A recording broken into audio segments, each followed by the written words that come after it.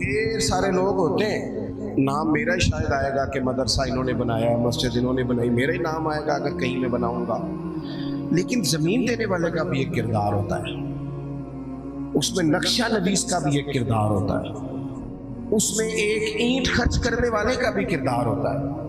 پھر وہ کام ختم نہیں ہوتا، سریا وہ لینٹر ڈالنے والے جو ہوتے ہیں ان میں جو سریا باندھنے والا ہے وہ بھی ایک قیمتی کردار رکھتا ہے۔ پھر کہتے ہیں الیکٹریشین کو بھی بلاؤ، پھر یہاں بھی کام ختم نہیں ہوتا، پھر اور اس کے گرد ڈھیر سارے لوازمات ہیں۔ جو بندہ جو کردار ادا کر، عالم اگر کتاب لکھ بھی دے تو ہو سکتا ہے کتابت نہ کر سکے، اور اگر کاتب بھی ہو تو ہو سکتا ہے اسے پبلش نہ کر سکے۔ تو یہ کچھ نہ کچھ خدمات، کچھ نہ کچھ ڈیوٹیاں۔ حضرت مولا علی شیر خدا نے چھوٹی عمر میں کہا تھا یا رسول اللہ دین کی مدد بھی کروں گا، آپ کی حفاظت بھی کروں گا۔ 63 سال عمر پائی اور ہر میدان میں اگلی صفوں میں، ہر میدان میں اگلی صفوں میں، ہر میدان میں اگلی۔ حضور سے وعدہ کیا تھا یا رسول اللہ ڈیوٹی کریں گے، خدمت کریں گے۔ ہمارے ہاں یہاں تو منصوبہ بندی ہو رہی ہے، امام غزالی سے آ کے کسی نے کہا حضور کو بندہ مخلص ملتا ہی نہیں، یہ بھی غلط ہو گیا وہ بھی غلط ہو گیا، تو امام صاحب فرمانے لگے چل تو ہی مخلص ہو جا، تیری شکل میں تو کچھ لوگوں کو مخلص بندہ مل جائے، کچھ کر تو صحیح نہ صرف تبصرے۔